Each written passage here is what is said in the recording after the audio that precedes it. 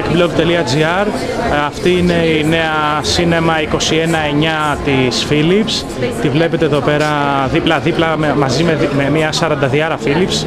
Η αριστερή είναι 56 ίντσες, όπως βλέπετε ο λόγος πλευρών είναι 21/9. Η δεξιά είναι 40διάρα κανονική κλασική Philips κυκλοφορεί, Full HD, και η αριστερή Full HD. Η ανάλυση της αριστερής είναι 2560 πίξελ επί 1080. Η αριστερή είναι 1920x1080.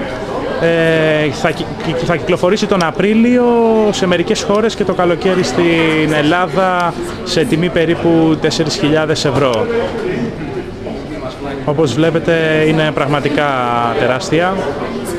Ξεκινάει το τέτοιο, δεν υπάρχουν σε κινηματογραφικές ταινίες, δεν υπάρχει πάνω κάτω μαύρη μπάρα, γιατί μεταφέρεται η ταινία, όπως ξέρουμε, από το κινηματογραφικό, από το φιλμ, και υπάρχουν αυτές οι μπάρες. Στο αριστερό δεν υπάρχουν, είναι Native 21-9, σαν να βλέπετε καθαρά αγνό όλη την πληροφορία από τον κινηματογράφο στο σαλόνι σας.